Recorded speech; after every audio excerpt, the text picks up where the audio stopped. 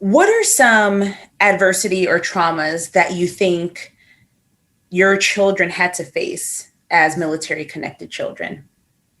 Well, so one, we lived overseas. I remember our first assignment when we moved to Japan. You got to think, when living overseas, most people, they're somewhere, in the United States or wherever they're from, they're going to be relatively close to family members, whether it's grandparents, cousins, uncles, excuse me, siblings, whoever it might be. So I think just the fact of living away from your family is very impactful. So there's something to think about. There's a lot of military members that are stationed overseas, or not just overseas, but even across the United States. So, if somebody's from the East Coast, for example, but they get stationed on the West Coast, it's not like you can drive up to, grandma's house on the weekend or whatnot. So I think that's a pretty big impact as well. Additionally, like I said before, I think just being gone, and at a moment's notice, there's plenty of times when, we didn't even expect for me to be gone. And all of a sudden you find out like, hey, you're leaving next week, you're going to be gone for a month, or you could be gone for a few months. And just that whole unknowing of what's going to happen and just being prepared can definitely be an impact. And I think that also impacts the family dynamics, and especially when the transition happens at a moment's notice. You have children who are used to maybe mom and dad being home for this short amount of time, but then mom or dad has to leave, and you have to navigate this new normal without a parent being there. Do you think that our children had similar struggles with that? Definitely. But, you got to think the roles change. So for any couple or for parents, one parent could take on certain roles and other parents can take on the other roles. And when one parent is gone, then the other parent has to take on all the roles. And so I know that can be challenging, if, maybe one parent is more of the disciplinary one, maybe one is more of the like, hey, I'm going to be the one who's going to, take them to practice or just whatever it may be. And it takes a level of change, not just for us as the parents, but also for the children, just to kind of realize, okay, this isn't dad that I'm going to rely on this, or even mom in some cases that I have to rely on that parent for everything. And that's very, overwhelming for that parent. You're basically becoming a single parent in those situations. As you look back and thinking about, our military connected children, what are some things that you wish you knew that could have better supported them as being military connected children? I think one of the biggest things looking back was I probably wish I had known to talk to them more about it. I think when we talked about, hey, dad's going to be gone, we're going to be gone for this amount of time. And we did a really good job as far as staying connected whenever I'm gone. But I don't remember ever really having a talk like, hey, how do you feel about this? How are you doing? What additional support it is that you may need. And I think, if I could, pass any kind of knowledge, or if I could do it over again, that's something I would definitely incorporate. Because I also think with our son in particular, we saw behaviors, and I think the behaviors were communicating that there was a struggle. But at a young age, we tell him that he's the man of the house, take care of his mom and his sister. And there's this pressure, I think maybe that was put on him that, if we had talked about it more, it might have helped with his schooling and maybe communicating more with the educators in his life too. Right. Could have been beneficial. And I think also, setting up expectations. So, sometimes when you say, hey, you're the man of the house, I don't know if we exactly put it in those types of words, but really laying out, what are the expectations that, hey, dad's not here, but we still expect you to behave and follow the rules and those types of deals. So I don't know that we never got into the specifics of that. And probably, if the roles were reversed and I was in my son's shoes, I'm testing the waters. Like, okay, these boundaries, I don't really know where they are right now because my dad's not here. So I can kind of move around until, someone tells me different, because they don't really know. And I think that's normal. But I think part of that, maybe, looking at having that discussion as far as what are those boundaries before versus expecting them to have to test it.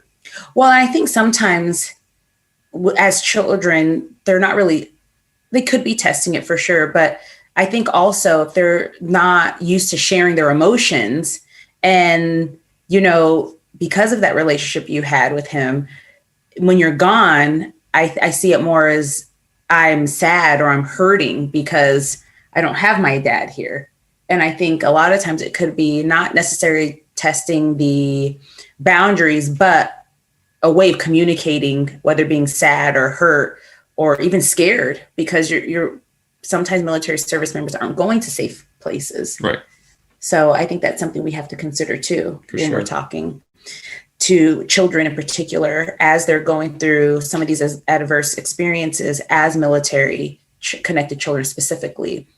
What are some other things that you would like to share about being a military service member and how that influences your children? And just as other educators and parents listen and watch this session and this interview as a service member, what would you like to say?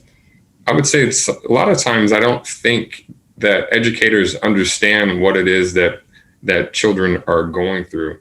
So especially if there's times when children act out. So we talked about before, like our son having experiences where he may act out and it's not something that's normal for him. And educators might not recognize that, hey, this could be something to do with the fact that mom is not home right now, dad's not home. And I think in a lot of cases, they don't know.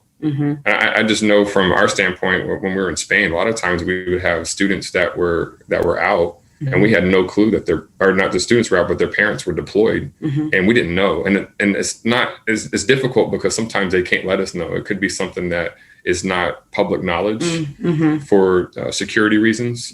And so I think it's something but still to talk to kids and just say, hey, how are you doing? Or they can still say, hey, my mom or my dad isn't here. So that I think part of it is having that connection with students. So when someone's acting up, you can ask them, hey, what's going on? Instead of just assuming like, hey, this person is acting out, they're just being juvenile or they're just misbehaving or whatever it is. Maybe there's something outside of what your assumptions are that could be causing the problem. So I think when you have those connections and you're like, hey, how are you doing? Especially for younger kids, a lot of them will be very forthcoming if you ask them and you have those connections to say, hey, how are you feeling today? They'll say, oh, my dad's been gone for a week, or he's been gone for 2 or 3 weeks now, and I really miss him. Or my mom has been gone for like a month and I haven't been able to talk to her, especially depending on what the parent is doing as far as the deployment goes. I know we have experiences a lot with the Navy side. They go out on ships and they don't necessarily have the best internet connection to be able to communicate back home all the time. So they're not as frequently able to talk to their children or even their spouses.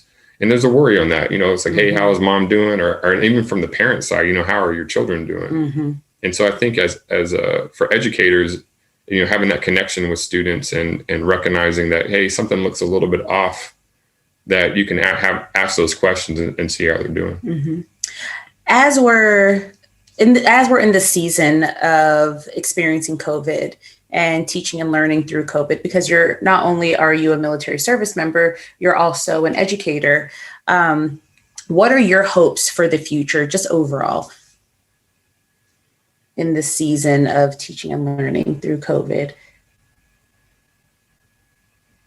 I think that the biggest hope is that we can, get back to a time when we're able to socialize in a way that we're not constricted. I don't know if we're going to be long term in with COVID mitigations where people have to be, even us, it's a big difference between you and I being this close to each other. And I know we're trying to set this up for the camera, but there's a huge difference between having a conversation with someone, close versus you have to be 6 feet or 10 feet apart.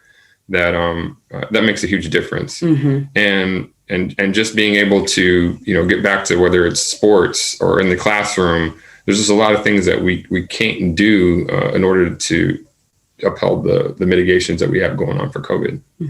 Thank you so much for participating in this interview. You're welcome. I'm looking forward for other families, educators, anyone who interacts with children and military connected children in particular to just hear from the voice of a service member. And thank you for your service. It's my pleasure. Thank you for your support. Thank you.